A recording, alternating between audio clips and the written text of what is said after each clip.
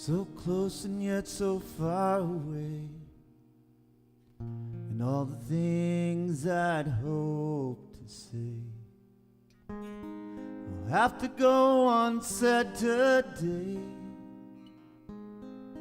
perhaps until tomorrow. Your fears have built a wall between our lives and all that loving means will have to go unfelt, it seems, leaving only sorrow. You built your tower strong and tall, but can't you see it's got to fall someday?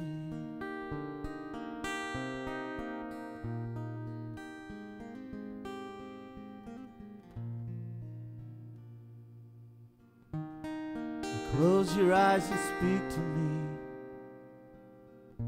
Faith and love and destiny, as distant as eternity from truth and understanding. The wind blows cold outside your door and whispers words I've tried before.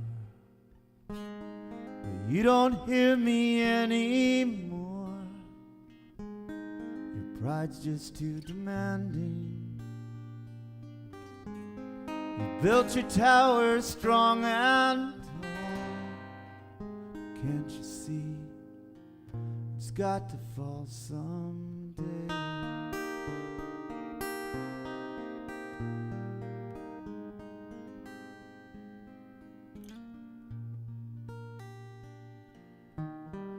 The end is coming soon, it's plain. A warm bed just ain't worth the pain. And I will go and you'll remain with the bitterness we've tasted. A mother's breast, a newborn child, a poet's tears and a drunken smile. I can't help thinking all the while their meaning won't be wasted. You built your tower strong and tall, but can't you see it's got to fall someday?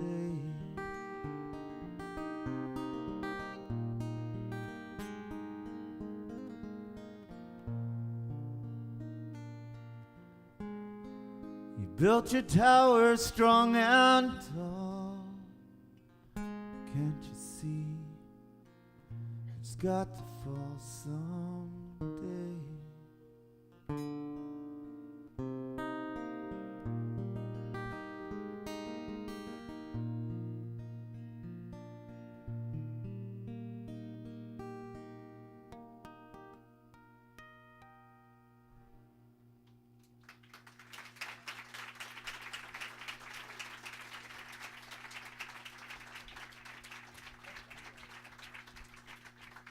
David Garza on the guitar there. I love that song. Let's try this one. Where, Eric?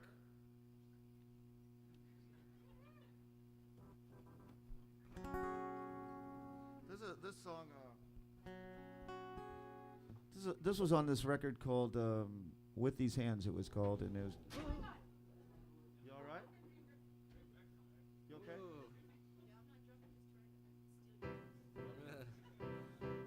Not at any cost, though, I don't think. I want you to be all right. You okay?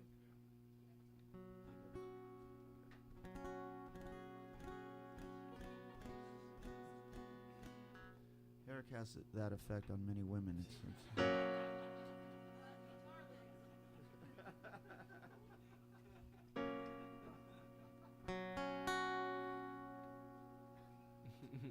So anyway, I had an album once called With These Hands, and this song was on it.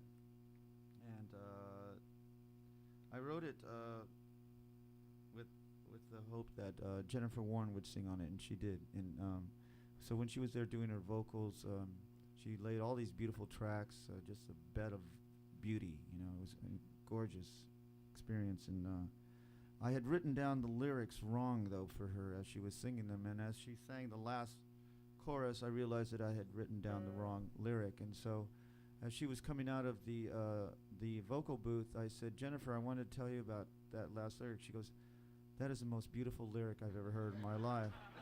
She said, not since Leonard Cohen have I heard anything like that. So I said, yeah, that's exactly what I was thinking.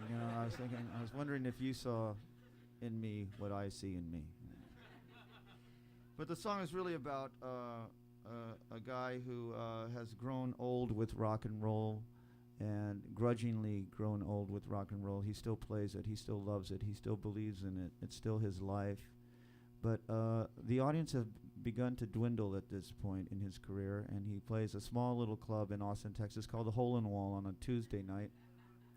And there's about 7 people there who are all on the guest list, by the way. And after the second song, they've all left, right? And so he's left singing to the bartender and the door person who completely hated his music. And so it's not a very pretty affair. And so he gets drunk. He gets a little tight and ends up getting kicked out of the bar eventually around 3 or 4 in the morning. And he makes his way home, and he's not a very striking character at this point because he's got platform shoes that he wore in 1973 to see the Faces at the Hollywood Palladium, and which don't fit quite as well as they once did. And he also has a pair of leather pants that have split and they don't fit quite like they used to. They're held together by duct tape once again and channel locks or something. I don't know, something weird. And then he's got a blouse that his girlfriend had given him for the same concert in 1973. And he's got makeup running down his face. He makes his way home. He puts on the first Stooges album because that was his favorite band. That's what he always wanted to be in rock, was in the Stooges. And but he plays it blaringly loud, and no one wants to hear it because people at home have lives and they need to get up in the morning. And so he sits there in the dark, and mascara running down his face, having a glass of brandy, and he writes this song right here.